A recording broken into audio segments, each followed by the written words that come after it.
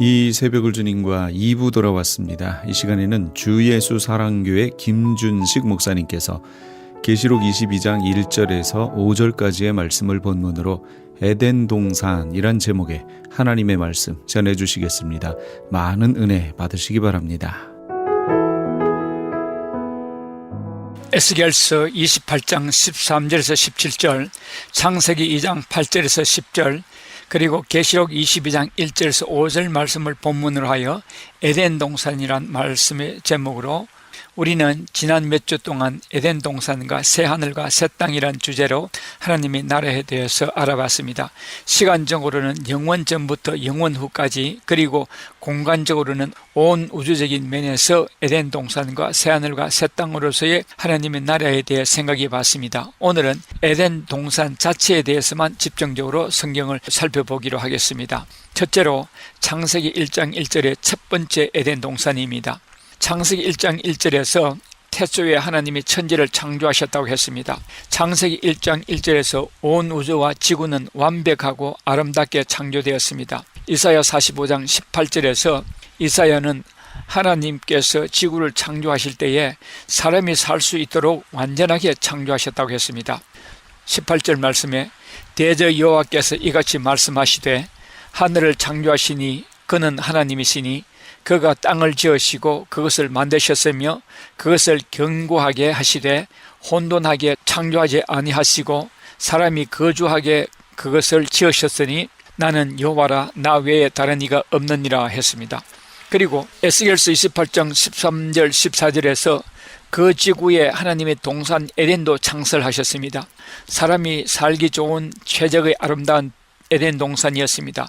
보석들과 황금으로 충만했다고 했습니다. 에스겔서 28장 13절 14절 내가 옛적에 하나님의 동산 에덴에 있어서 각종 보석 곧 홍보석과 황보석과 금강석과 황옥과 호마노와 창옥과 청보석과 남보석과 홍옥과 황금으로 단장하였으며 내가 지음을 받던 날에 너를 위하여 소고와 빗바가 준비되었도다 했습니다. 이 에덴 동산을 루시엘 그룹 천사로 하여금 지키게 했습니다. 에스겔서 28장 14절에 너는 기름 부음을 받고 지키는 그룹이며 내가 너를 세우며 내가 하나님의 성산에 있어서 불타는 돌들 사이에 왕래하였도다 해서 여기 불타는 돌들은 그룹 천사인 루시엘 아래에서 지키는 업무를 맡은 어떤 영적 존재들입니다. 이 에덴 동산은 아직 사람이 창조되기 전에 에덴 동산입니다. 에덴 동산에 살게 된 주인인 사람이 들어오기 전에 에덴 동산을 가꾸고 지키도록 임무를 맡은 천사가 루시엘이었습니다. 이 에덴 동산은 창세기 1장 1절의 시기에 하나님께서 지구에 창설하신 에덴 동산입니다. 그룹 천사는 천상에서 서랍천사 다음으로 높은 위치의 천사였습니다. 그의 위세와 권세가 어떠했는가를 에스겔서 28장 13절에서 잘 보여주고 있습니다. 루시엘은 각종 보석 곧 홍보석, 황보석, 금강석, 황옥, 홍마노와 창옥과 청보석과 남보석과 홍과 황금으로 단장하였다고 했습니다. 둘째로 첫 번째 에덴 동산의 파괴. 에덴 동산을 지키던 루시엘의 천상 반역이 있었습니다. 처음에는 루시엘이 자신의 업무에 충실했다고 성경은 말하고 있습니다. 그러나 반역이 이루어집니다. 반역의 동기는 17절 말씀에 의하면 그가 아름다움으로 마음이 교만해졌고 영화로운 권세를 가지고 악한 곳으로 지혜를 사용했다 했습니다. 그러므로 하나님께서 루시퍼를 더럽게 보시고 돌보고 지키라던 에덴 동산 하나님의 성산에서 루시퍼를 쫓아냅니다. 에스겔서 28장 15절에 내가 지음을 받던 날로부터 내 모든 길에 완전하더니 마침내 내게서 뿌리가 드러났도다. 내 무역이 많음으로 내 가운데에 강포가 가득하여 내가 범죄하였도다. 너 지키는 그룹아, 그러므로 내가 너를 더럽게 여겨 하나님의 산에서 쫓아냈고 불타는 돌들 사이에서 멸하였도다. 내가 아름다움으로 마음이 교만하였으며 내가 영화로움으로 내 지혜를 더럽혔으며 내가 너를 땅에 던져 왕들 앞에 두어 그들의 구경거리가 되게 하였도다 했습니다. 루시퍼의 반역으로 인해 파괴된 지구의 모습이 창세기 1장 2절입니다. 땅이 혼돈하고 공허하며 흑암이 깊음 위에 있고 하나님의 영은 수면 위에 운행하시니라 했습니다. 이사야 45장 18절에서 하나님께서 천지를 창조하시고 공허하지 않고 사람이 살기 좋은 환경으로 만들었다고 했는데 창세기 1장 2절은 왜 지구가 공허하고 혼돈스럽고 흑암으로 가득 찼습니까? 그것은 에스겔서 28장 15절에서 17절에서 루시퍼의 반역으로 인한 결과인 것입니다. 하나님께서 우주를 창조하시고 지구를 창조하신 것은 그 지구에 사람을 창조하시기 위해서였습니다. 창조하신 사람에게 에덴을 보금자리로 삼으실 계획이었습니다. 사람이 창조되기 전에 루시엘로 하여금 지구와 에덴 동산을 지키게 했습니다. 에스겔서 28장 14절에 너는 기름 부음을 받고 지키는 그룹이며 내가 하늘에 하나님의 성산에 있어서 불타는 돌들 사이에 왕래하였다라는 말씀에서 볼 수 있습니다. 반역한 루시퍼와 그 쫄개들을 하나님께서 당장 불못에 영원히 가두셔야만 했는데, 그러나 가두지 아니하신 것은 하나님의 심오한 계획이요 섭리였습니다. 그것은 사탄을 사용해 하나님의 참 자녀를 얻기 위함입니다. 하나님은 파괴된 지구를 다시 재정비하십니다. 셋째로 에덴 동산의 두 번째 창설, 파괴된 지구와 에덴 동산을 복구하시는 작업이 창세기 1장 3절에서 31절의 과정입니다. 창세기 1장 2절에 지구가 흑암으로 가득 찼기에 먼저 제일 첫 작업이 지구에 빛을 비추는 것입니다. 2절에 지구가 공허했다고 했습니다. 그러므로 공허한 지구에 바다와 육지를 만드시고 그 바다에는 물고기와 수정생물들로 가득 채우시고 땅 위에는 각종 들풀과 채소들과 각종 씨있는 과일나무들을 가득 채웠습니다. 그리고 하늘에는 새들로 채웠으며 땅 위에는 각종 짐승들과 사람으로 채웠습니다. 공허, empty인데 공허했던 지구에 땅 아래와 땅 위와 하늘의 각종 생물들로 가득 채웠습니다. 지구에 사계절을 두시고 각종 징조와 시간과 연한을 세우심으로 혼돈 상태가 정돈 상태로 되었습니다. 그리고 에덴 동산을 다시 창설하신 다음에 드디어 만세전부터 계획하셨던 사람을 창조하셨습니다. 그리고 그 사람들을 에덴 동산에 살게 하시면서 축복하시고 에덴 동산을 가꾸고 지키며 모든 생물들을 다스리며 지구를 다스리라고 임무를 맡겼습니다. 창세기 1장 28절에 하나님이 그들에게 복을 주시며 하나님이 그들에게 이르시되 생육하고 번성하여 땅에 충만하라, 땅을 정복하라, 바다와 물고기와 하늘의 새와 땅에 움직이는 모든 생물을 다스리라 하시니라 했습니다. 창세기 2장 8절에서 10절, 여호와 하나님이 동방의 에덴에 동산을 창설하시고 그 지으신 사람을 거기 두시니라. 여호와 하나님이 그 땅에서 보기에 아름답고 먹기에 좋은 나무가 나게 하시니 동산 가운데에는 생명나무와 선악을 알게 하는 나무도 있더라. 강이 에덴에서 흘러나와 동산을 적시고 거기서부터 갈라져 내 근원이 되었으니 했습니다. 창세기 2장 15절에 17절, 여호와 하나님이 그 사람을 이끌어 에덴 동산에 두어 그것을 경작하며 지키게 하시고 여호와 하나님이 사람에게 명하여 이르시되 동산 각종 나무의 열매는 내가 임의로 먹되 선악을 알게 하는 나무의 열매는 먹지 말라. 내가 먹는 날에는 반드시 죽으리라 하시니라 했습니다. 넷째로 에덴 동산에서 쫓겨납니다. 에덴 동산에 도둑이 있었습니까? 지키라고 말씀하셨기에 사탄이 에덴 동산을 호시탐탐 노리고 있었기 때문입니다. 에스겔서 28장에서는 에덴 동산 그 자체를 더럽혔으나 사탄은 이제부터는 그 에덴 동산의 주인이 된 아담과 하와를 타락시켜서 에덴 동산을 파괴하려는 핵심을 꾸미고 있었음을 하나님께서 알고 있었기 때문입니다. 사탄이 에스겔서 28장에서 에덴 동산을 파괴하는 것만이 목적이 아니라는 것입니다. 사탄이 노리는 것은 에덴 동산에 살게 될 사람을 노리고 있었다는 사실입니다. 에스겔서 28장에서는 아직 사람이 살지 않았지만 앞으로 있게 될 사람의 거처를 파괴해서 사람을 그 속에 살지 못하도록 에덴 동산을 파괴했습니다. 하나님은 창세기 2장에서 다시 에덴 동산을 회복하시사 드디어 사람을 창조하시고 에덴의 주인이 되게 하시는 것을 보고 있던 사탄은 사람을 타락시킬 계획을 세우게 됩니다. 사탄이 그런 계획을 세우고 있는 것을 하나님께서 모르실 리 없습니다. 그런 사탄의 꾀를 아시는 하나님께서 사탄을 잡으시기 위해 에덴 동산에 함정을 파놓았습니다. 그것이 선악과입니다.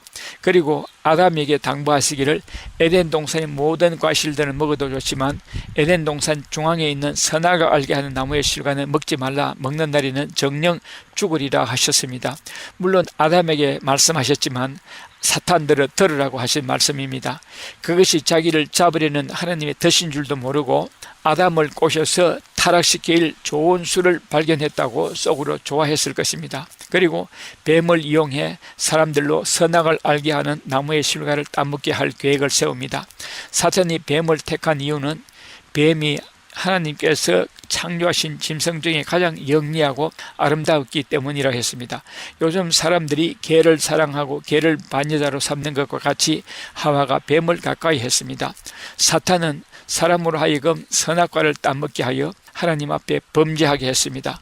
그 결과로 사람이 죄를 짓게 되었고 이긴 자는 진자의 종이 되리라 하심과 같이 인간이 사탄의 종이 되었습니다. 그리고 지구도 소유권이 아담에게서 사탄에게 넘어갔습니다. 아담과 하와는 죄를 가지고는 에덴 동산에 살 수 없습니다. 죄를 가진 상태에서 생명과일을 먹으면 죄를 가지고 영원히 살게 되는데 그러면 하나님과 영원히 이별이 됩니다. 그러므로 하나님은 아담과 하와를 에덴 동산에서 내쫓으시고 에덴 동산의 생명나무에 이르는 길을 막으시고 그룹들과 하연금으로 아무도 생명나무에 접근하지 못하도록 지키가셨습니다. 그 후 에덴 동산을 다른 곳으로 옮겼습니다. 이렇게 사탄은 하나님과 사람 사이를 이간질해서 사람을 하나님께로 빼앗았습니다. 그런데 사탄은 자기께 자기가 속았다는 것을 알 리가 없습니다. 사람이 타락함으로 인해 사람을 구원하시기 위해 하나님께서 사람 가운데 성육신할 비밀을 주고 말았습니다. 창세기 3장 15절에서 여자의 후손은 사탄의 머리를 쩍을 것이라 했습니다. 그리고 요한 1서 3장 8절에서는 그리스도께서 성육신하신 것은 사탄의 일을 멸하기 위해서라 했습니다. 인간이 범죄하지 않았다면 하나님께서 성육신해 오지 않았을 것이요 십자가에 죽지도 않았을 것입니다. 그러나 사람이 사탄으로 인해 죄를 짓게 되므로 하나님이신 예수 그리스도께서 성육신하셔서 십자가에 죽으시고 부활하심으로 사탄의 머리를 깨뜨리셨던 것입니다. 사탄이 심판을 받게 되었습니다. 하나님께서는 창세전부터 인간을 창조하시고 사탄이 타락할 것도 아셨고 사탄이 사람을 타락시킬 것도 아셨고 선악과를 만드실 계획을 세우시고 사탄을 잡으실 계획을 하셨습니다. 이렇게 하신 의도는 사람들 중에 참자녀들을 얻기 위해서입니다. 사탄이 하나님을 반역했는데도 당장 불못에 가두지 않으신 것은 하나님의 참자녀를 고르시기 위해 사탄을 사용하시기 위해서였습니다. 사람들이 사탄에게 쏘가 죄 아래 있게 하시고 사탄이 지배 아래에서 박해와 핍박을 당하는 환경 가운데서도 끝까지 신앙절개를 지킨 그런 성도들을 골라내시기 위한 계획이었습니다. 다섯째, 예수님의 성육신입니다. 범죄하기 전에 아담은 하나님과 교제하고 하나님과 친밀한 관계였는데 범죄함으로 인해 아담 이후의 인간들이 점점 하나님과 멀어지게 되어 하나님을 잊어버리게 되었습니다. 예수님이 이 땅에 오신 것은 마귀의 위를 멸하러 오셨다 했습니다. 또 예수님의 성육신 하신 것은 사람들을 죄에서 구원해서 하나님께로 다시 데려가기 위해서였습니다. 그리스도께서 오셔서 하나님께서 살아계시고 천국이 있고 지옥이 있으며 하나님이 어떤 분이시며 하나님이 계시는 천국에 어떻게 하면 갈 수 있는가를 가르쳐 주시기 위해서 오셨습니다. 그래서 공생의 첫 말씀이 회개하라 천국에 가까웠느니라고 선포하셨습니다. 마태복음 25장 41절에 또 왼편에 있는 자들에게 이르시되 저주를 받은 자들아 나를 떠나 마귀와 그 사자들을 위해서 예비된 영원한 뿔에 들어가라 했습니다. 마태복음 25장 46절에서 그들은 영벌에 의인들은 영생에 들어가리라 하시니라 했습니다. 예수님은 사람이 천국에 들어가는 길은 거듭나야 들어간다고 했습니다. 요한복음 3장 5절에 예수께서 대답하시되 진실로 진실로 내게 이르노니 사람이 물과 성령으로 나지 아니하면 하나님 나라에 들어갈 수 없느니라 했습니다. 그리고 예수님을 말미암지 않고는 하나님 아버지께 올 수 없다고 했습니다. 천국에 갈 수 있는 길은 오직 예수 그리스도를 통해서만 갈 수 있다고 하셨습니다. 요한복음 14장 6절에 예수께서 이르시되 내가 곧 길이요 진리요 생명이니 나로 말미암지 않고는 아버지께로 올 자가 없느니라 했습니다. 그리고 예수님을 믿으면 부활해서 천국에 갈 수 있다고 했습니다. 요한복음 11장 25절 26절에 예수께서 이르시되 나는 부활이요 생명이니 나를 믿는 자는 죽어도 살겠고 무릇 살아서 나를 믿는 자는 영원히 죽지 아니하리니 이것을 내가 믿느냐 했습니다. 그래서 예수님이 이 세상에 오신 것은 우리 죄를 도말하시기 위해 십자가에 죽으셨다가 사흘 만에 부활하심으로 우리에게 구원의 길을 열어주신 것입니다. 예수님은 이 세상에 오셔서 인류 구속사의 일을 마치시고 천국으로 되돌아가시기 전에 제자들에게 내가 다시 오리라고 약속하셨습니다. 천국으로 가면 너희들을 위해 처소를 예비할 것이요 그 처소가 예비되면 주님은 다시 오실 것이요 우리를 주님께로 영접하여 주님이 있는 곳에서 영원히 살게 하실 것이라 말씀하셨습니다. 요한복음 14장 2절 3절에 내 아버지 집에 거할 곳이 많도다. 그렇지 않으면 너희에게 일렀으리라. 내가 너희를 위하여 거처를 예비하러 가노니 가서 너희를 위하여 거처를 예비하면 내가 다시 와서 너희를 내게로 영접하여 나 있는 곳에 너희도 있게 하리라 했습니다. 다섯째, 회복된 영원한 에덴 동산. 창세기 2장에서의 에덴 동산은 하나님께서 아담과 하와의 처소였습니다. 두 사람이 보금자리였습니다. 이랬던 그 에덴 동산을 더 좋게 더 웅장하게 단장하신 후에 참 아들들로 삼으신 당신의 아들들에게 영원히 함께 살도록 주신 에덴 동산은 새 예루살렘 성입니다. 이 거룩한 성 새 예루살렘 성이 하나님께로부터 하늘에서 지구로 내려오고 있습니다. 새 예루살렘 성이 하늘로부터라고 했는데 현재 하나님의 보좌가 있는 천국, 우주 가운데 한 행성인 그 천국으로부터 지구로 내려옵니다. 그 천국은 예수님이 지구에 성육신하여 오셨다가 되돌아가신 곳이요 그곳에서 우리가 거할 초소를 예비하시는데 그 초소가 거룩한 성 새 예루살렘입니다. 그것이 지구로 내려오고 있는 이유는 하나님의 참 자녀들과 영원히 함께 계시기 위해서입니다. 창세기 2장의 에덴 동산에서 아담과 하와가 하나님과 함께 지냈듯이 이제부터 하나님과 부활한 성도들이 하나님과 영원히 함께 지낼 것입니다. 지금 하나님의 보좌가 있는 그 천국은 임시로 하나님의 보좌가 있는 곳입니다. 그곳에 있는 성도들은 영혼의 상태로 있습니다. 이 성도들이 몸의 부활이 이루어져야 합니다. 몸의 부활을 이룬 영화의 단계에 이르는 시점은 성도들의 부활인 것입니다. 이때야말로 하나님의 참 자녀의 모습인 것입니다. 빌립보서 3장 21절에 우리 부활한 몸이 예수님의 영원한 몸과 같이 될 것이라 했습니다. 그가 만물을 자기에게 복종케 하실 수 있는 자의 능력으로 우리의 낮은 몸을 자기의 영광의 몸의 형체와 같이 변케 하시리라. 이렇게 예수님의 영광의 몸과 같이 변화된 우리들과 함께 영원히 사시기 위해서 하나님은 그 거처를 지구로 옮기십니다. 하나님으로부터 하늘에서 거룩한 성 새 예루살렘이 내려오고 있습니다. 계시록 21장 2절 3절에 또 내가 보매 거룩한 성 새 예루살렘이 하나님께로부터 하늘에서 내려오니 그 준비한 것이 신부가 남편을 위하여 단장한 것 같더라. 내가 들으니 보좌에서 큰 음성이 나서 이르되 보라 하나님의 장막이 사람들과 함께 있음에 하나님이 그들과 함께 계시리니 그들은 하나님의 백성이 되고 하나님은 친히 그들과 함께 계셔서 했습니다.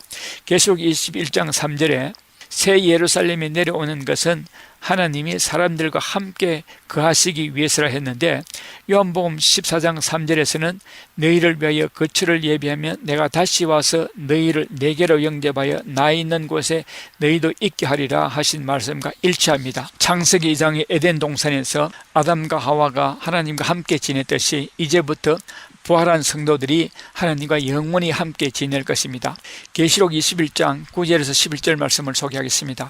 7 대접을 가지고 마지막 7 재앙을 담은 7 천사 중 하나가 나와서 내게 말하여 이르되 이리 오라 내가 신부 곧 어린 양의 아내를 네게 보이리라 하고 성령으로 나를 데리고 크고 높은 산으로 올라가 하나님께로부터 하늘에서 내려오는 거룩한 성 예루살렘을 보이니 하나님의 영광이 있어 그 성의 빛이 지극히 귀한 보석 같고 벽옥과 수정같이 막더라 했습니다. 이 거룩한 성 새 예루살렘은 어린 양의 신부 아내라고 말했습니다. 이 성은 구원받은 성도들의 천국 공동체이기도 하고 동시에 우리가 거할 하나님의 나라에서의 중심 처소가 될 것입니다. 이 성은 성도 자신이기도 하고 성도들의 복된 삶을 누릴 터전이기도 합니다. 이 새 예루살렘 성은 또한 창세기 3장에서 아담과 하와가 죄를 지음으로 쫓겨났던 그 에덴 동산이 다시 회복되어 우리에게 내려주시는 것입니다. 아담과 하와를 에덴 동산에서 쫓아내신 후에 그룹 천사들과 하얀검으로 생명나무로 가는 길을 막았다고 했는데 그 에덴 동산을 천국으로 옮기셨다가 예수님이 성천하신 후에 요한복음 14장 2절 말씀대로 예수님이 다시 단장하셔서 그 에덴 동산인 거룩한 성 새 예루살렘을 다시 우리에게 거할 처소로 삼도록 내려주시는 것입니다. 계시록 22장 1절에서 5절은 새 예루살렘 성 안에 구조를 보여줍니다. 창세기 2장에서 보여주었던 에덴 동산과 같습니다. 생명수 강이 흐르고 생명나무가 있고 아담과 하와가 하나님의 얼굴을 대해 보았듯이 앞으로 우리가 하나님의 얼굴을 보게 될 것이며 함께 살게 될 것입니다. 계시록 22장 1절에서 5절에 또 그가 수정같이 맑은 생명수의 강을 내게 보이니 하나님과 및 어린 양의 보좌로부터 나와서 길 가운데로 흐르더라. 강 좌우에 생명나무가 있어 12가지 열매를 맺되 달마다 그 열매를 맺고 그 나무 잎사귀들은 만국을 치료하기 위하여 있더라. 다시 저주가 없으며 하나님과 그 어린 양의 보좌가 그 가운데 있으리니 그의 종들이 그를 섬기며 그의 얼굴을 볼 터이요 그의 이름도 그의 이마에 있으리라. 다시 밤이 없겠고 햇빛이 쓸데없으니 이는 주 하나님이 그들에게 빛이심이라. 그들이 세세토록 왕노를 하리로다. 결론을 맺겠습니다. 계시록 22장 1절에서 5절은 아담이 범죄하기 전에 에덴 동산의 광경과 닮았습니다. 이 에덴 동산을 3기로 생각할 수 있습니다. 첫 번째 에덴 동산은 창세기 1장 1절에서 완벽하게 창설하셨습니다. 사람이 살기 좋게 조성되었다고 이사야 45장 18절에서 말씀하십니다. 이 에덴 동산은 에스겔서 28장 13절 14절에 온갖 보석으로 충만한 아름다운 에덴 동산이었습니다. 이 에덴 동산이 에스겔서 28장 6절에서 루시프로 인해 파괴됩니다. 그 상태가 창세기 1장 2절의 지구가 혼돈, 공허, 흑암의 상태가 되면서 에덴 동산도 파괴되었습니다. 두 번째 에덴 동산은 창세기 2장 8절에서 17절에 지구를 다시 조성하신 후에 에덴 동산을 다시 창설하셔서 아담의 거처로 주셨습니다. 아담에게 에덴 동산을 가꾸고 지키라고 하셨으며 온 지구를 다스리라고 하셨습니다. 아담과 하와가 사탄에게 쏘가서 죄를 짓게 되므로 에덴 동산에서 짐승의 피를 흘리게 됩니다. 그리고 그 에덴 동산에서 쫓겨납니다. 그 에덴 동산은 그룹들과 하얀검으로 지키게 했습니다. 세 번째 에덴 동산은 거룩한 성 새 예루살렘으로 우리에게 나타났습니다. 이 성은 하나님의 보좌가 있습니다. 하나님의 온 우주 통치의 본부입니다. 이 성은 하나님의 참 자녀된 우리들의 처소입니다. 이곳에서 하나님과 함께 영원히 살게 될 것입니다. 이곳은 사탄이 다시는 없으므로 죄지을 수 없습니다. 앞으로 지구에 존재하는 거룩한 성 새 예루살렘에 하나님의 보좌가 설치될 것인데 그러면 지구가 온 우주의 중심이 될 것입니다. 이 새 예루살렘 성은 이 우주본부인 지구의 행정 중심 도시가 될 것입니다. 그리고 이 성은 어린 양의 신부된 자들만 사는 처소입니다. 어린 양의 신부는 휴거되어 어린 양의 혼인잔치에 참여한 자들을 말합니다. 제가 도표를 가지고 있는데 보여줄 수 없으므로 말씀으로 설명하겠습니다. 창세기 에덴 동산의 처음 하늘과 땅, 창세기 1장과 3장입니다. 새 하늘과 새 땅, 계시록 21장 1절과 2절입니다. 생명나무와 네 강들, 창세기 2장 9절에서 14절입니다. 생명나무와 생명수 강, 계시록 22장 1절 2절입니다. 아담과 하와, 창세기 2장 15절에서 25절 말씀입니다. 어린 양과 신부, 계시록 21장 9절입니다.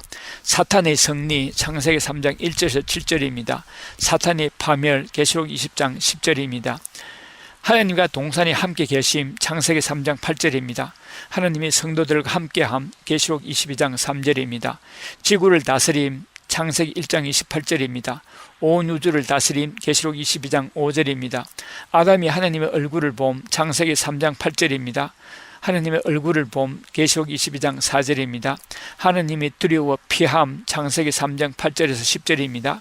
하나님과 친밀함 계시록 21장 3절 22장 3절입니다. 저주가 선언됨 창세기 3장 14절에서 19절입니다. 저주가 제거됨 계시록 22장 3절입니다. 최초로 복음의 약속이 주어짐 창세기 3장 15절입니다. 복음의 약속이 최종 성취됨 계시록 21장과 22장입니다. 죽음이 시작됨 창세기 3장 22절입니다. 죽음이 제거됨 창세기 21장 4절입니다. 에덴 동산에서 쫓겨남 창세기 3장 4절입니다. 새 예루살렘에서 살게 됨 계시록 21장 26절 27절입니다. 천사가 에덴 동산 길을 막음 창세기 3장 24절입니다. 천사가 낙원 입성을 한영함 계시록 21장 9절 그리고 12절입니다. 사탄이 노리고 있음 창세기 3장 1절입니다. 사탄은 영원한 불못에 빠집니다. 창세기 20장 7절입니다. 지금까지 주 예수 사랑교회 김준식 목사님께서 하나님의 말씀 전해주셨습니다.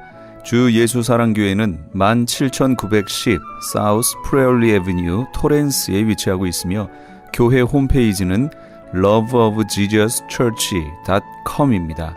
교회 전화는 213-434-3129 213지역 434-3129번입니다. 김준식 목사님께서는 21세기의 세계 동향을 계시록의 시각으로 해석하는 요한계시록의 증언이라는 제목의 책을 2권 펴내셨습니다. 목사님의 책은 일반 서점이 아닌 목사님께 직접 연락하셔서 구입하실 수 있습니다. 또한 이 시간에 목사님의 설교를 들으시고 CD를 받기 원하시는 분들은 213-434-3129 213지역 434-3129번으로 연락하시기 바랍니다. 시민권 신청, 부모님, 배우자, 자녀 영주권 신청, 취업이민, 종교이민, 학생비자, 신분 변경, 추방유예, 결혼, 공증. 인생이 달린 이 모든 일 어디에 맡겨야 할까요? 한인타운 연장자 센터의 모츠기관인 주눈사랑채 이민법률센터에 맡기세요. 21년 이민법 경력의 박창영 이민국 공인변호인이 성심을 다해 도와드립니다. 올림픽과 윌튼 323-735-7888 323-735-7888. 아니 당신 미장원 다녀왔어? 헤어스타일이 확 바뀌었네. 홈쇼핑 월드 차홍 고데기로 마술을 부렸지. 홈쇼핑 월드 차홍 고데기. 차홍 허니앤비 샴푸로 머리 감으면서 차홍 헤어두피 마사지를 쓰면 머릿결이 너무너무 부드러워지고 한 움큼씩 빠지던 머리카락도 눈에 띄게 덜 빠져. 차홍 고데기 너무 좋아. 그럼 그 웨이브 머리도? 당연하죠. 3, 4분이면 이렇게 풍성한 웨이브 머리를 만들 수 있다고요. 너무 이쁘다. 어디서 샀어? 홈쇼핑 월드. 가격 만족, 품질 만족, 행복한 쇼핑. 팔가와 웨스턴 홈쇼핑 월드. 유태인이 만든 특수 영양제 M3 들어보셨어요? 곡식의 눈, 과일씨, 껍질, 약초의 뿌리로 만든 특수 영양제 M3. 혈압, 당뇨, 아토피, 천식, 비만 등 무슨 병이든 큰 효과를 주는 신비의 영양제 M3. 서울대학병원 7곳, 고려대학병원 2곳에 입점되어 더욱 믿을 수 있는 M3의 효능. 213-435-9600, 213-435-9600 M3 정직한 마음으로 권해드립니다.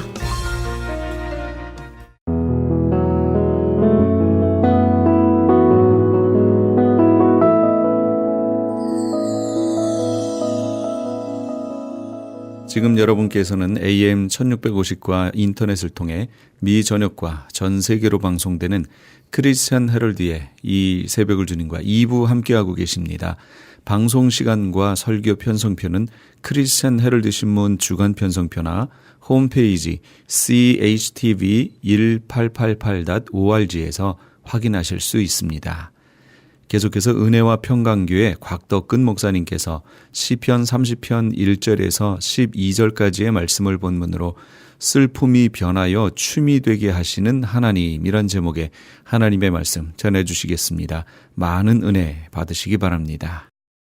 나에게 고난이 찾아오면 어떻게 해야 할지 힘들어하고 어찌할지 모르고 당황하는 분들이 많이 있습니다. 여러분, 우리가 결혼만 하면은 아기를 낳을 수 있으리라고 생각하는 분이 많은데 불임 부부가요 7쌍 중에 한 쌍꼴로 그렇게 추정이 돼요. 아기를 낳지 못하는 것도 어려움이지만 막상 임신을 해도요 10명 중에 한두 사람은 자연이 유산이 됩니다. 여러분 가운데도 유산을 경험한 분들이 많을 거예요. 그리고 아이를 이제 낳았는데 장애 아이를 낳는 확률도 상당히 점점 높아지고 있고요. 여러분 그 종합병원에 보면 특별히 소아과 종합병동을 가면은요 어린 아이들이 중증 환자들이 많이 있어요. 제가 목회를 하면서요 어떤 가정에서 건강한 아들을 출산했다는 그 같은 전화를 받았습니다. 제가 축하해 주었고요 함께 기뻐했습니다. 그런지 한두 시간도 지나지 않았는데 또다시 전화가 걸려왔습니다.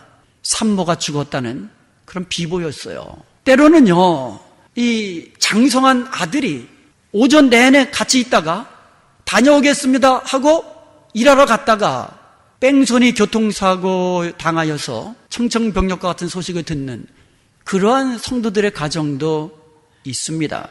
때로는 사업에 어려움을 당하고요 때로는 가정에 어려움을 당하고요 때로는 고치기 힘든 질병으로 나날이 하루하루가 고통스러운 나날을 보내는 분도 계십니다.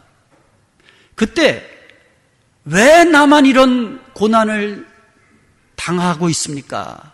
왜 나만 이런 고통을 겪어야만 합니까? 하면서 원망스러운 마음을 가질 수도 있습니다. 그런데요 우리가 눈을 들어서 한번 주위를 보면은요 우리 주위에는 이런저런 고난의 문제로 인하여 힘들어하는 분들이 많다는 것을 보게 됩니다. 우리가 고난을 많이 겪는다 해도요 다윗만큼 다양하게 힘든 고난을 겪은 사람도 많지 않을 겁니다. 다윗이 스올과 같은 깊은 수렁에 빠졌다고 합니다. 스올이란 말은요 죽은 자가 들어가는 죽음의 자리예요. 죽음의 자리, 사망의 음침한 골짜기를 겪는 깊은 수렁에 다윗이 빠졌습니다. 그리고 오늘 본문에 보면은요 다윗이 처한 어려움을 표현하는 단어들이 있습니다. 원수, 무덤, 노염, 전역, 울음, 근심, 슬픔, 배옷, 한 가지 한 가지가 전부 다 부정적인 고난의 단어들입니다. 이런 단어들은요 내 삶에 있어서 겪기 싫은 그런 부정적인 그런 단어들이지요. 이처럼 다윗은 자기 힘으로 도저히 헤어나올 수 없는 그러한 극한 고난의 상황에 직면하고 있었던 것입니다. 다윗은 이런 고난 중에 깨달은 것이 있습니다. 고난 중에 다윗의 깨달음 6절입니다. 내가 형통할 때에 말하기를 영영이 요동치 아니하리라 하였도다. 다윗도요 형통할 때가 있었습니다. 그때 자신은요 자신의 형통함이 영원히 지속될 것으로 생각을 했다는 거예요. 그러다가 7절에 보니까는요 여호와께서 주의 은혜로 내 산을 굳게 세우셨더니 라고 되어 있습니다. 다윗은 자기가 누리는 형통함이 굳건한 거대한 산처럼 견고하여서 흔들리지 아니할 것으로 그렇게 생각을 했다는 거예요. 자신의 형통함이, 자신의 이 부유함이, 자신의 건강함이, 자신의 안락함이 흔들리지 않는 산처럼 견고하게 지속될 것으로 그렇게 생각을 했다라는 겁니다. 그러다가 한순간에 무너지는 경험을 하게 된다는 거예요. 우리 성도들은요 하나님의 은혜, 하나님의 도우심을 받아서 내가 이렇게 형통한 은혜를 누린다는 것을 우리는 기억해야만 합니다. 내가 형통할 때에 이것이 나의 힘이 아니라 하나님이 은혜로 주신 형통함이구나, 이것을 깨달으시길 바랍니다. 사람들이 형통할 때에 이것을 깨닫지 못하는 분들이 아주 많아요. 형통할 때에 하나님의 은혜를 잊어버리는 사람들이 너무너무 많습니다. 마치 내 힘과 능력으로 이 모든 것을 이룬 것처럼 교만해하는 사람이 많다는 겁니다. 자신의 삶은 거대한 산처럼 견고하여서 절대로 무너지지 않을 거야 라고 생각하는 사람이 많다라는 겁니다. 우리가 인생에 평안함이 있을 때 내 이 평안함은, 나의 이 형통함은 하나님의 은혜구나, 이렇게 고백할 수 있는 저와 여러분이 되시기를 간절히 소원드립니다. 그런데요, 다윗이 깨달은 것은 이렇게 영원토록 견고해서 무너지지 않을 것 같은 이 형통함이 한순간에 무너져 내리더라는 거예요. 7절 말씀에 여호와께서 주의 은혜로 내 산을 굳게 세우셨더니 주의 얼굴을 가리우심에 내가 근심하였나이다.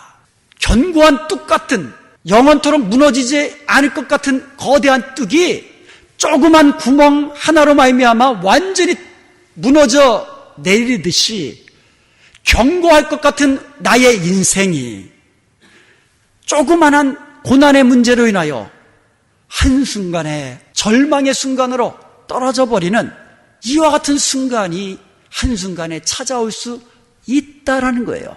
다윗이 깨달은 것은 이것입니다. 주님의 얼굴을 가리우심에 내가 근심하였더니 하나님의 은혜가 아니면 내가 누리는 이 형통함은 한순간도 지속될 수 없는 거구나, 이것을 깨달은 거예요. 사람이 살다 보면은요, 언제 하나님의 은혜를 깊이 깨닫게 되느냐? 역설적으로요, 고난의 순간에 깨닫게 된다는 거예요. 내가 볼 수 있는 것에 감사하는 사람, 그것도 제일 크게 감사하는 사람 누구겠습니까? 시력을 잃어버린 사람이에요. 항상 보는 사람은요, 이게 하나님의 은혜라는 것을 생각하지를 못하며 지낼 때가 많아요. 그런데 고난으로 인하여 두 눈의 시력을 상실하였을 때에, 그때야 비로소 내가 볼 수 있는 것이 얼마나 큰 하나님의 은혜였다는 사실을 깊이 깨닫게 된다는 거예요. 다윗은요, 영원토록 흔들리지 않을 것 같은 형통한 순간이 한순간에 무너져 내릴 때에 그가 깨달은 것이 있습니다. 나의 평안함과 형통함은 하나님이 주신 은혜였구나. 내가 앞으로 형통하게 살아갈 수 있는 것도 하나님의 은혜뿐이구나. 이것을 다윗이 깨닫게 된 줄로 믿습니다. 고난의 순간에 우리도 깨달음이 있어야 돼요. 존 맥스웰이라는 목사님이 계십니다. 리더십의 대가예요. 그래서 제가 미국에서 공부할 때, 그 린츠버그에 있는 리버티 신학대학원에서 공부할 때에 그 리더십 컨퍼런스가 있었는데 이분이 메인 스피커로 오셨어요. 엄청나게 모였습니다. 그 자리에 저도 있었는데 직접 한번 들어보는 경험을 했는데요. 이분이 많은 책을 썼는데 그 중에 이런 책이 있습니다. 어떻게 배울 것인가. 영어로는요, Sometimes you win, sometimes you learn 이라는 그러한 제목을 가진 책입니다. 보통 사람들은요, 성공할 때가 있고 실패할 때가 있다고 이야기합니다. 이길 때도 있고 질 때도 있다고 합니다. 그런데 존 맥스웰 이 목사님은요, 이 책에서 이길 때도 있고 배울 때가 있다고 이야기합니다. 다시 말씀드리면 실패함을 통해서, 패배를 통하여, 넘어짐을 통하여, 고난과 역경을 통하여 배움의 기회가 된다는 거예요. 그와 같은 이 순간들이. 그리고 나의 삶을 성숙하게 만들고 우리의 믿음을 성장시키는 그와 같은 기회가 된다는 거예요. 그러므로 우리는 실패를 통하여 하나님이 주시는 깨달음과 교훈을 우리가 얻는다면 그것은 더 이상 실패가 아니라는 거예요. 배움이요 성장의 기회라고 우리가 말할 수 있다는 겁니다. 실패와 역경을 통하여 배움을 얻으라는 것이에요. 실패와 역경을 통하여 믿음의 성장의 기회로 삼으라는 말씀이에요. 우리가 당하는 고난은요, 우리의 믿음을 연단시키고 훈련시키는 그와 같은 기회인 것을 여러분 믿으시기 바랍니다. 고난을 당하여 넘어져서 좌절하게 되면 그야말로 그거보다도 실패한 것도 억울한데 그것을 통하여 좌절하게 되고 헤어나지 못하게 된다면 이것은 얼마나 더 억울합니까? 그러나 내가 어려움 당할 때에 그 어려움을 통하여 나의 믿음의 성장의 기회를 삼고 하나님이 주신 은혜와 복을, 더 큰 은혜와 복을 누리는 기회로 삼는다면, 배움의 기회를 삼고 성장의 기회를 삼는다면 고난이 바로 우리에게 주시는 축복으로 변하게 될 줄로 믿습니다. 지금은 농가에서요, 탈곡기를 이용하지만 옛날에는 도립개질을 한다 그러죠. 막대기에다가 곡식을 때리면 껍질이 벗겨지면서 이제 알곡이 나타나게 됩니다. 고대에서 바로 그와 같은 일을 하는 것을 트레블룸이라고 불렀습니다. 영어에서 고난, 시련이라는 이 말, 트리블레이션이라는 말이 바로 여기서 나왔다고 합니다. 추수한 곡식에서 알곡을 얻어야 되는데, 그러기 위해서는 도립개질을 해야 하듯이 우리의 신앙 인격이 성장되어서 금 같은 신앙 인격자로 하나님 앞에 서기 위해서는 때로는 고난이라는 불을, 연단의 과정을, 어려움의 과정을 지나야 한다는 것이에요. 목회를 오래 하다 보면은요, 젊은 분들이, 목회를 오래 하신 그 목사님들이 젊은 목사들에게 권면하시는 것을 이제 많이 듣게 됩니다. 그런데 한결같이 목사에게 있어서 가장 중요한 것은 인내다, 이렇게 이야기해요. 그분들이 어떻게 그렇게 권면의 말씀을 젊은 목사에게 하실 수 있는지 알아요? 그분들이 고난을 많이 겪어서 고난을 통하여 인내함을 배웠기 때문에 그런 말을 할 수가 있는 거예요. 저도 마찬가지예요. 목회를 하면서 여러 가지 상황 속에서 인내할 수 있는 것은 저절로 되어진 것이 아니라 여러 가지 고난을 겪어서 통과한 이후에 누릴 수 있는 그 같은 하나님의 은혜라는 것이에요. 그러므로 우리는 고난을 통하여 하나님이 주신 진정한 그 은혜를 깊은 곳에서 깨닫고 감사할 수 있는 것을 배울 수 있기를 바랍니다. 그래서 시편 119편 71절 말씀처럼 고난당한 것이 내게 유익이라, 내가 이것을 통하여서 주의 율례를 배우게 되었나이다라고 고백과 결단을 할 수 있기를 주님의 이름으로 축원드립니다. 우리가 고난을 당할 때에 그 고난을 통하여 깨달음을 얻는 것 굉장히 중요합니다. 그런데 그것보다 더 중요한 것은 우리에게 찾아온 고난을 어떻게 이겨나갈 수 있는가, 그것이 중요한 거예요. 깨닫기만 하면 뭐합니까? 이길 수 있어야 되죠. 다윗이 고난을 통하여 깨달은 것처럼 내가 누리는 형통함과 평안함이 하나님의 은혜임을 기억하시기를 축원드립니다. 하나님의 은혜가 아니면 내가 지금 누리는 형통함이 한순간에 무너져 내릴 수 있음을 기억하시기를 축원드립니다. 이 말은 곧 내가 고난의 순간에 고난을 이기고 하나님이 주시는 축복을 다시금 누리기 위해서는 하나님의 은혜가 필요하다는 것을 의미하는 말씀이에요. 내가 형통함을 누리는 것도 하나님의 은혜고, 하나님의 은혜가 아니면 한순간에 나의 형통함이 무너지 내리는 것을 우리가 기억한다면 다시금 고난의 자리에서 이겨나가서 하나님이 주시는 형통함을 누리게 되는 것도 하나님의 은혜라는 사실을 여러분 꼭 기억할 수 있기를 축원드립니다. 다윗이 그것을 깨달은 거예요.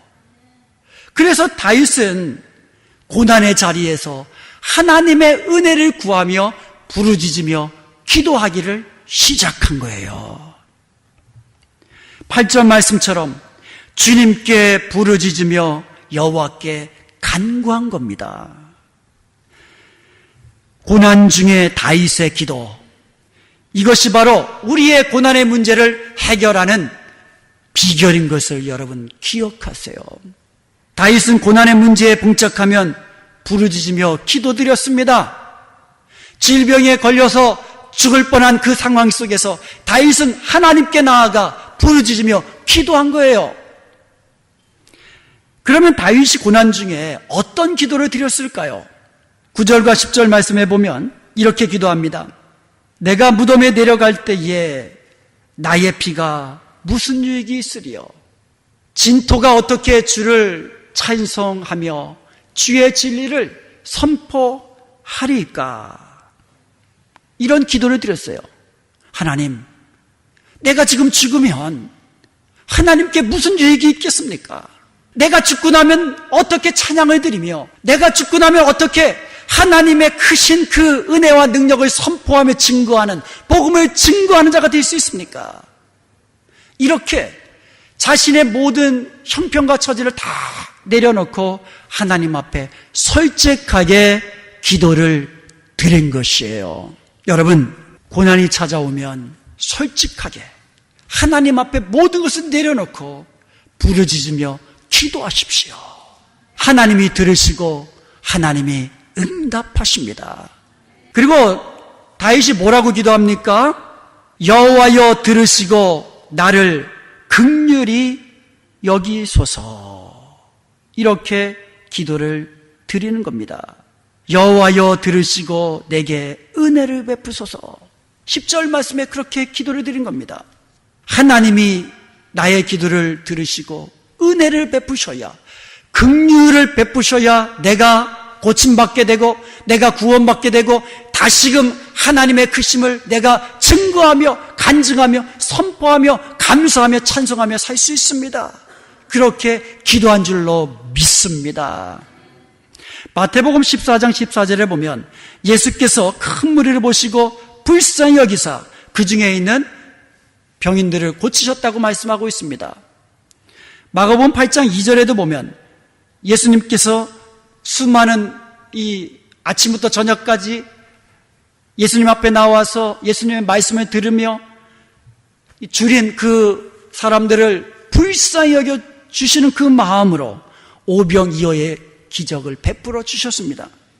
누가복음 7장 13절도 보면 주님께서 과부를 보시고 불쌍히 여겨 주셔서 그 과부의 죽은 독자 아들을 살려주셨습니다.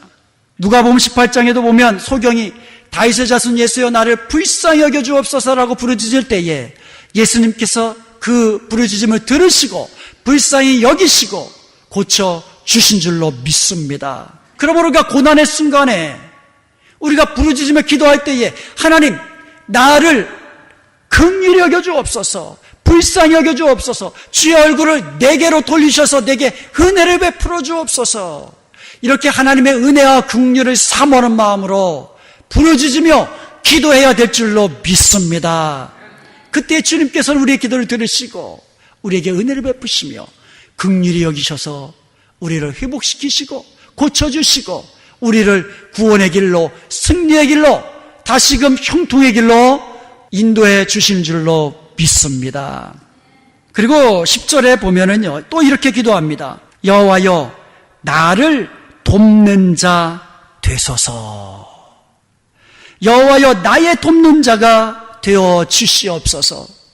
고난의 순간에 나를 도와주실 수 있는 분은 오직 여호와 하나님이신 것을 믿고 하나님이 나의 돕는 자가 되시옵소서, 이렇게 기도해야 될 줄로 믿습니다. 오직 하나님만이 나를 도우셔서 내가 저녁에는 울음으로 탄식으로 잠든다 할지라도 새벽이 되면은 다시금 기쁨으로 춤추며 감사하며 찬송할 수 있도록 주님이 나를 돕는 자 되어 주옵소서. 오직 하나님만이 나의 돕는 자가 되셔서 무덤과 같은 절망스러운 깊은 수렁에 빠진 나를 끌어올리셔서 든든한 반석 위에 높이 세워 주시옵소서. 오직 하나님만이 나의 돕는 자가 되어 주셔서 나의 슬픔의 베옷을 벗겨주시고 기쁨의 옷을 입혀서 춤추게 하여 주시옵소서. 이렇게 기도해야 될 줄로 믿습니다. 그러므로 고난이 찾아오면은요, 나를 도와줄 수 있는 분은 오직 하나님뿐이십니다. 하나님이여 나의 돕는 자가 되어 주시옵소서. 이렇게 주님만 의지하며 주님의 도우심만 바라보며 기도할 수 있기를 축원드립니다. 다윗이 누굽니까? 왕입니다. 이 세상에 절대적인 힘을 가지고 있는 왕이었지만 자신에게 때때로 찾아오는 그와 같은 이 고난의 상황 속에서 하나님만이 자기의 도울 자 없음을 그는 깨닫는 것입니다. 이것은요, 그의 이전부터도 고난이 찾아올 때마다 하나님을 의지하고 하나님께 부르짖으며 기도했을 때 하나님이 주시는 구원의 은총을 경험한 사람만이 드릴 수 있는 기도인 줄로 믿습니다. 그리고 누구든지 이렇게 기도하며 주님만 바라보면서 부르짖으며 주님이 나의 돕는 자 되시옵소서 기도할 때에, 주님 나에게 은혜 주셔서 나를 긍휼히 여기소서 기도할 때에 주님이 주시는 은혜와 긍휼을 맛보며 주님이 도우시는 능력을 맛볼 수 있게 되는 줄로 믿습니다. 사랑하는 여러분, 고난이 찾아오면 하나님이 들으시고 응답하심을 바라보면서 하나님께 부르짖으며 기도하십시오. 오직 주님만이 나의 돕는 자 되심을 믿고 하나님이여 은혜 주시옵소서, 긍휼히 여겨 주옵소서, 이렇게 기도함으로 말미암아 고난이 변하여 승리가 되게 하시고 슬픔이 변하여 춤이 되게 하시는 하나님의 은총을 경험할 수 있기를 간절히 축원드립니다. 끝으로 살펴본 내용은요, 기도에 응답하셔서 고난의 문제를 해결해 주신 하나님께 드리는 다윗의 감사와 찬송이에요. 다윗은 고난이 찾아왔을 때에 하나님 앞에 부르짖었다고 했습니다. 하나님의 은혜와 긍휼을 기도했다고 했습니다. 하나님이여 나의 돕는 자가 되옵소서라고 기도했다고 했습니다.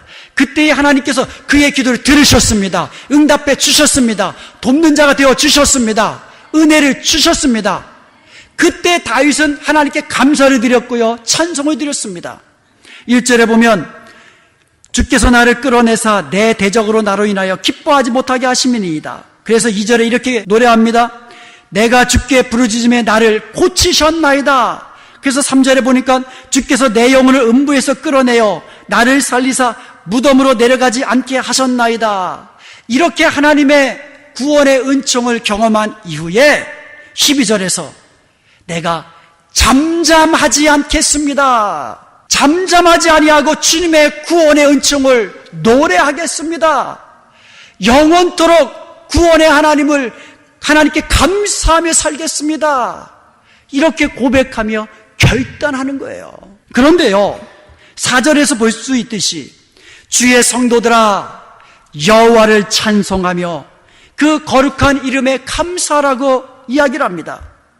이렇게 자신이 누리는, 자신이 경험한 하나님의 구원의 은총을 나만 누리는 것이 아니라 성도들, 다른 성도들과 함께 누리며 함께 찬송하자, 함께 감사하자, 그렇게 이야기하는 거예요. 사랑하는 여러분, 내가 하나님께 받은 은혜가 있다면, 내가 하나님께 받은 그 구원의 은총이 있다면 이제는 서로 나누며 함께 주님을 찬송하고 함께 감사하는 그런 아름다운 공동체가 우리 은혜와 평강교회가 될 수 있기를 간절히 축원드립니다. 그의 노여움은 잠깐이요 그의 은총은 평생이로다. 저녁에는 울음이 깃들을지라도 아침에는 기쁨이 오리로다. 이것을 우리가 간증하면서 함께 찬송하며 감사할 수 있기를 바랍니다. 주께서 나의 슬픔이 변하여 내게 춤이 되게 하시며 나의 베옷을 벗기고 기쁨으로 띠띠우셨나이다. 이것을 서로 간증하며 나누며 함께 찬송하며 함께 간증하며 감사할 수 있기를 간절히 소원드립니다. 사랑하는 여러분, 누구나가 고난의 문제에서 자유로울 수 있는 사람은 아무도 없습니다. 고난이 찾아왔을 때에 그 고난을 통하여 배움의 기회를 삼고 그리고 믿음이 한 단계 성장해 나가는 그런 기회로 삼으시기 바랍니다. 고난이 찾아오면 하나님, 그동안 내게 누렸던 은혜와 복이 하나님의 은혜였구나. 지금도 하나님의 은혜가 아니면 잠시라도 이 은혜를 더 누릴 수 없는 거구나.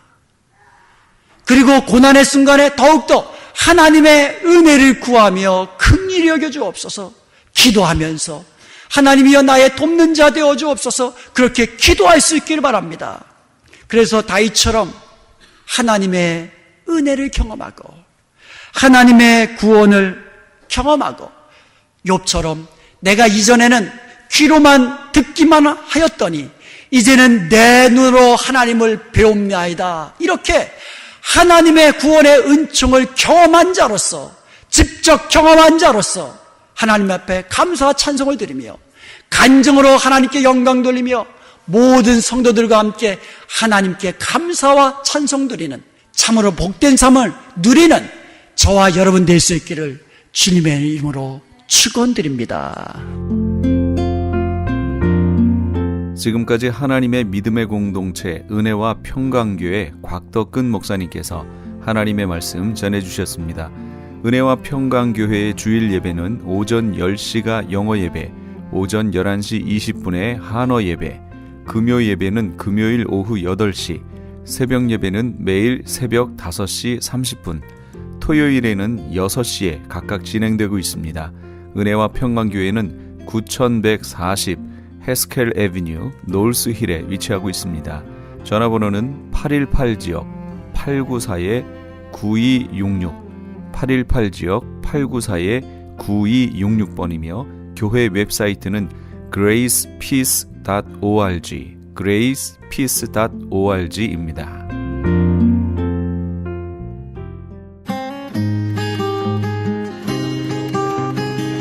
교계 게시판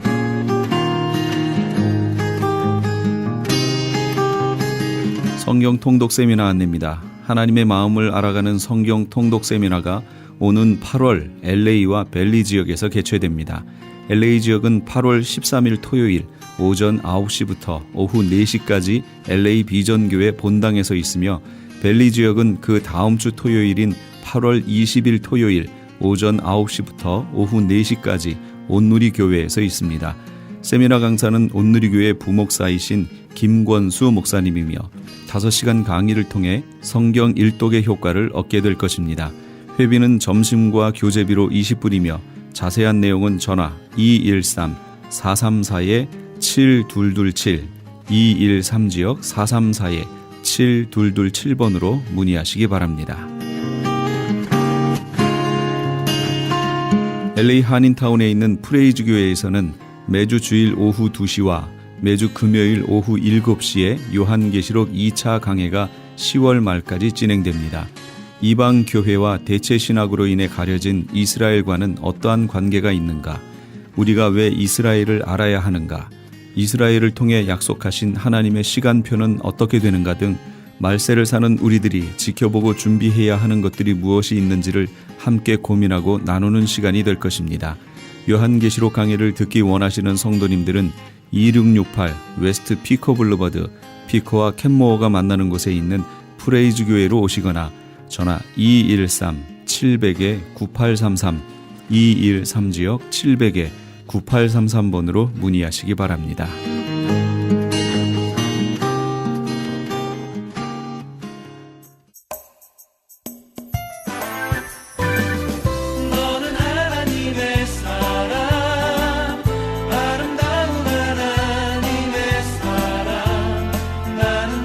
사람들은 누구나 죽음을 두려워합니다.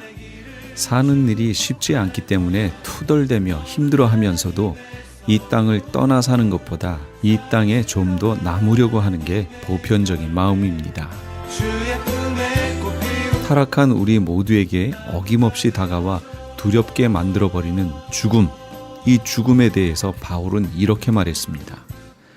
내게 사는 것이 그리스도니 죽는 것도 유익함이라. 바울에게는 죽음마저도 그리스도와의 관계를 끊을 수 있는 그 어떤 것이 되지 못했습니다. 죽음을 각오한 신앙생활 앞에 그 어떤 것이 두렵겠습니까? 내 육체를 위해 살고자 하면 죽을 것이요 우리 주님을 위해 죽기를 각오하면 주 안에서 살게 될 겁니다. 우리 애청자 여러분의 삶에 이런 각오와 결단이 있기를 이 시간 소망해 봅니다. 지금까지 크리스찬 헤럴드 방송에서 보내드린 이 새벽을 주님과의 정영철이었습니다. 고맙습니다. 강한